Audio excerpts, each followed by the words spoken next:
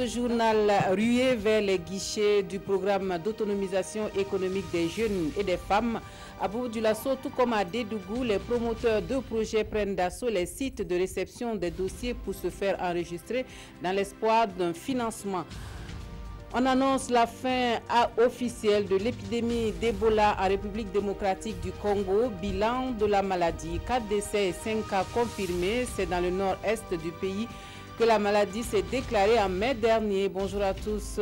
Bienvenue aux actualités de la mi-journée sur la télévision du Burkina. Un excellent appétit si vous êtes à table.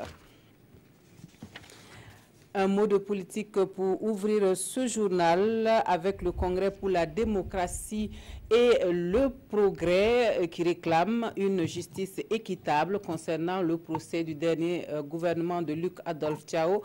L'ancien parti au pouvoir marque son opposition également au projet de loi sur le partenariat public-privé. Les travaux de la commission ad hoc du CDP abordent d'autres sujets liés à la situation nationale et parlent réorganisation du parti.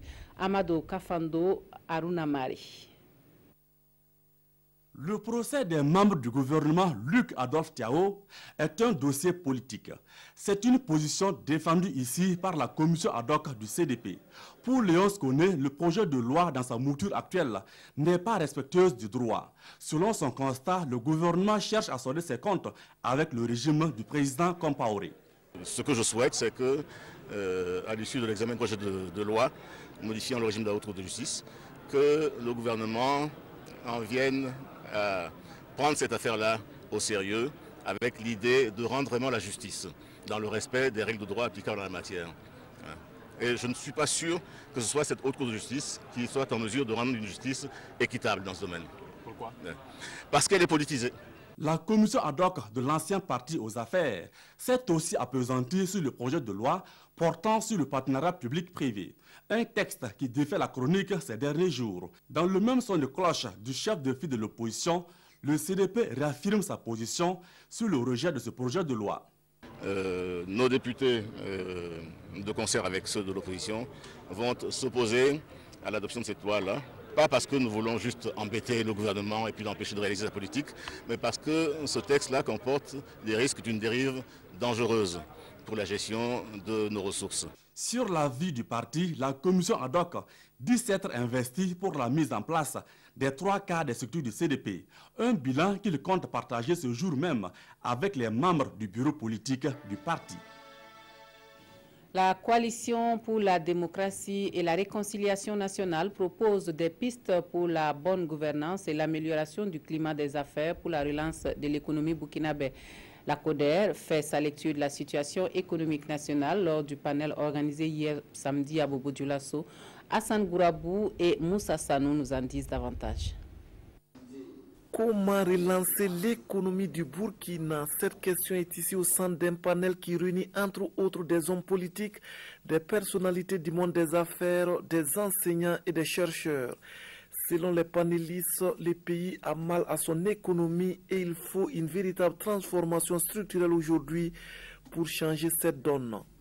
Quand vous regardez, on dit la relance économique, mais on parle également d'une véritable transformation structurelle de l'économie burkinabé, qui est le dada de ce qu'on appelle aujourd'hui le PNDS. Mais la transformation structurelle de l'économie nationale répond à un certain nombre d'exigences. Pour les panélistes, il s'agit entre autres de la bonne gouvernance et de l'amélioration du climat des affaires à travers les réformes qui s'imposent. C'est aussi le sentiment de la CODER, la coalition pour la démocratie et la réconciliation nationale, l'initiatrice de cette rencontre. Et nous, en tant qu'opposition, une force politique et sociale responsable et engagée pour la construction de ce pays, ne pouvait pas rester en reste à cet effort de réflexion nationale. C'est la raison d'être le sens de notre initiative qui vise à apporter une contribution substantielle et active à la réflexion nationale pour la relance de l'économie et surtout sa dynamisation dans le temps et dans l'espace. On ne peut pas parler de relance de l'économie burkinabé sans penser à Bobo-Dioulasso. d'où selon la CODER le choix de cette ville pour abriter la rencontre. Et justement, le programme national de développement économique et social du gouvernement burkinabé fait la part belle à l'autonomisation économique des jeunes et des femmes. Le programme prévu à cet effet va financer les projets dont les besoins de financement se situent entre 100 000 et 1,5 million de francs CFA.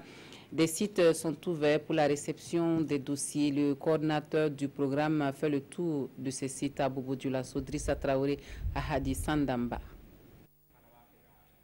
Sur les différents sites de réception de dossiers, le coordonnateur du programme d'autonomisation économique des jeunes et des femmes dit venir s'imprégner des réalités du terrain.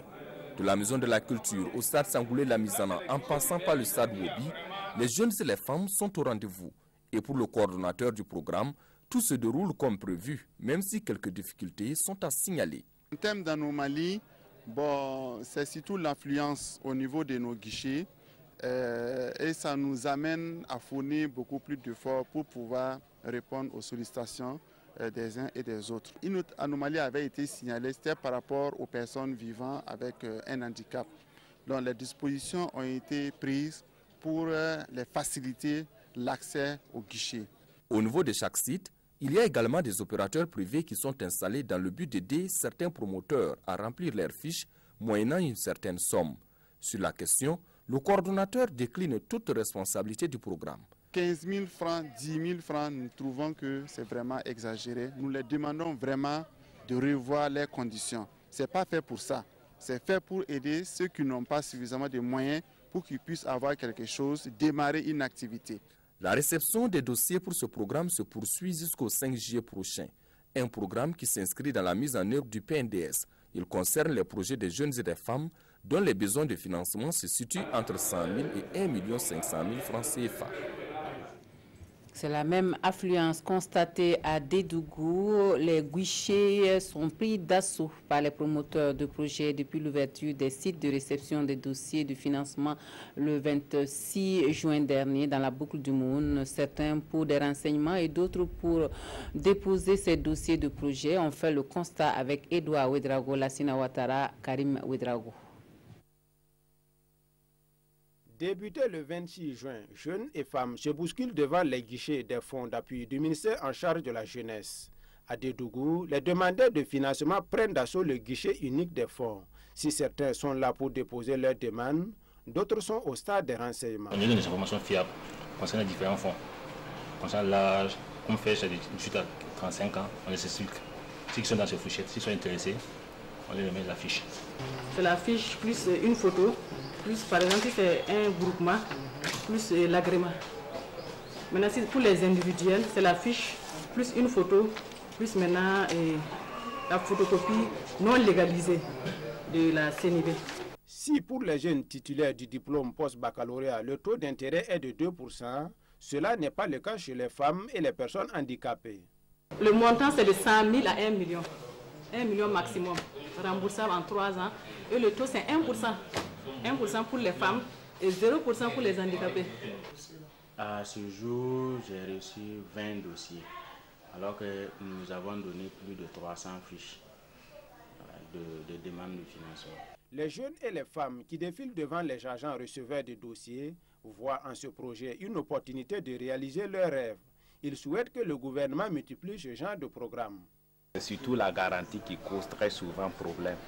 Et pour cette fois-ci, je vois que le taux d'intérêt est revu à la baisse. Vraiment, nous ne pouvons que saluer l'initiative et souhaiter que vraiment ça aboutisse. Le gouvernement entend ainsi contribuer à réduire le chômage et le sous-emploi des jeunes et des femmes au Burkina à travers ce projet estimé à 16 500 millions de francs CFA pour une durée de 3 ans.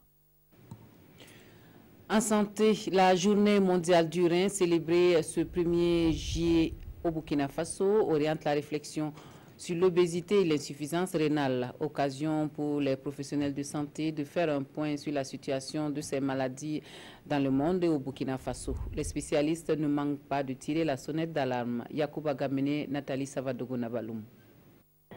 De nos jours, l'on dénombre au Burkina Faso 320 malades souffrant d'insuffisance rénale, selon le président de l'association des dialysés et insuffisants rénaux. Le centre hospitalier universitaire Yalgado Ouédraogo est le seul hôpital qui dispose d'un centre de dialyse dans le pays. Les normes même de la dialyse, c'est 3 séances par semaine. Mais aujourd'hui, nous sommes à une séance tous les 5 et 6 jours. Donc pour ne pas dire une séance par semaine au lieu de 3 fois.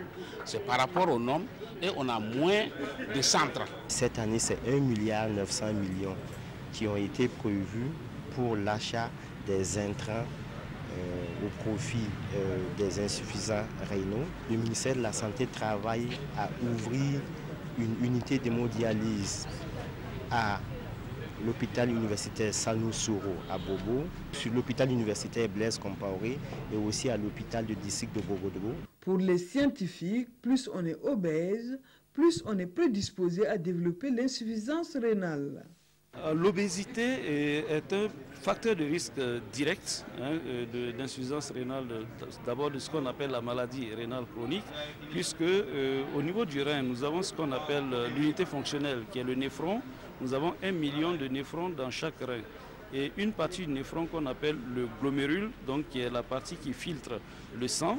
Et c'est cette partie qui est atteinte et qui est modifiée au cours de l'obésité. Et cette modification aboutit à une perte de la fonction rénale puisque le sang n'est plus bien épuré et les déchets s'accumulent et ça devient ce qu'on appelle l'insuffisance rénale chronique. Pour cette journée du rein placée sous le thème « L'obésité et l'insuffisance rénale », l'occasion est donnée aux acteurs de la lutte contre cette maladie de sensibiliser la population burkinabé à faire des activités physiques régulières, à avoir une alimentation saine et équilibrée, mais aussi à consulter des spécialistes devant tout signe de maladie. Et pour être complet sur le sujet, on marque un arrêt sur l'obésité pour mieux connaître la maladie, ses causes, ses conséquences, mais surtout le remède efficace pour venir à bout de la surcharge pondérale. Selon certains spécialistes, le sport et une alimentation équilibrée semblent la solution idéale pour la perte de poids. C'est un sujet qui a inspiré Kwale Nebié et Maïmouna Traoré. L'obésité, autrefois maladie des pays riches, a progressivement gagné les pays en développement. Au Burkina Faso, on rencontre des milliers de personnes en surpoids. Même pour aller à la boutique, on envoie l'enfant, on ne marche plus normalement. Même les activités quotidiennes sont négligées. Et c'est pour cela qu'on voit que l'obésité prend de plus en plus d'ampleur. Comme remède, certains se soumettent à des régimes alimentaires, d'autres font recours aux produits amaigrissants.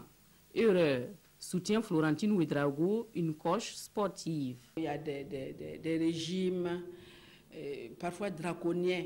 Et quand ils arrêtent, ils reprennent plus de poids parce qu'ils mangent plus. Vous allez prendre le thé, peut-être que ça va détériorer votre système digestif. Vous ne savez pas comment c'est fabriqué, surtout quand c'est artisanal. Pour celle qui a le sport dans l'âme, il n'y a pas 1000 solutions pour combattre l'obésité. Il faut d'abord prendre ses habitudes de bouger quotidiennement. Il faut privilégier la marche. Par exemple, sortir parfois à vélo, parfois à pied. Si pour faire une petite course, au lieu de prendre la mobilette ou la voiture, on va à pied. Monter les escaliers au lieu de prendre chaque fois l'ascenseur. Et quand vous allez acquérir des habitudes, et là maintenant vous pouvez commencer le sport. Les sports qu'on conseille pour les personnes en surpoids, c'est la marche d'abord, il y a le vélo, bon, il y a la natation, l'aquagym, il y a l'aérobic. Il faut contrôler son alimentation, sa façon de vivre quotidiennement. Et beaucoup de ceux qu'on pourrait appeler ses patients en sont guéris. Il y a une femme particulièrement qui venait au sport. Elle est très grande et vraiment elle était très grosse. Et un jour, elle m'a fait une confidence. Elle est venue et dit, Flo, mon mari a dit de venir te dire merci. On va dire merci à Flo parce que maintenant ça va. Mais conseille-t-elle, il faut avant tout se référer aux spécialistes. Il ne s'agit pas de marcher pour marcher. Il faut savoir avoir d'abord les conseils du médecin, avoir quelqu'un qui s'y connaît en sport. Il y a des endroits où, malgré le surpoids, on va vous faire sautiller, on va vous faire courir, et ça, vous avez des risques. C'est donc une lutte permanente qui demande constance et persévérance. Quand tu perds du poids, il faut que ça soit un acquis. Il faut que tu contrôles maintenant ton alimentation. Si vous maigrissez, vous voyez que vous avez atteint le poids idéal que vous voulez, vous pouvez continuer en espaçant les séances, mais vous n'arrêtez pas. Si vous arrêtez, c'est sûr que vous allez retomber dans votre forme d'avant. Il y a des gens qui pensent que l'obésité, d'autres disent que c'est héréditaire.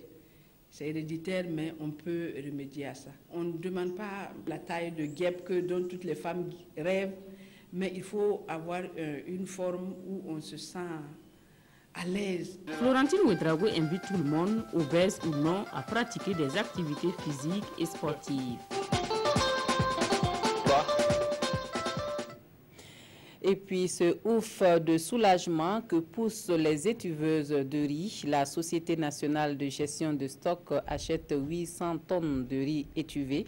Une convention est signée entre la SONAGES et l'Union nationale des étuveuses de riz à cet effet. C'est donc un début de solution à la problématique de la commercialisation de ce riz. Bilidou Bazongo, Rachid Sawadogo.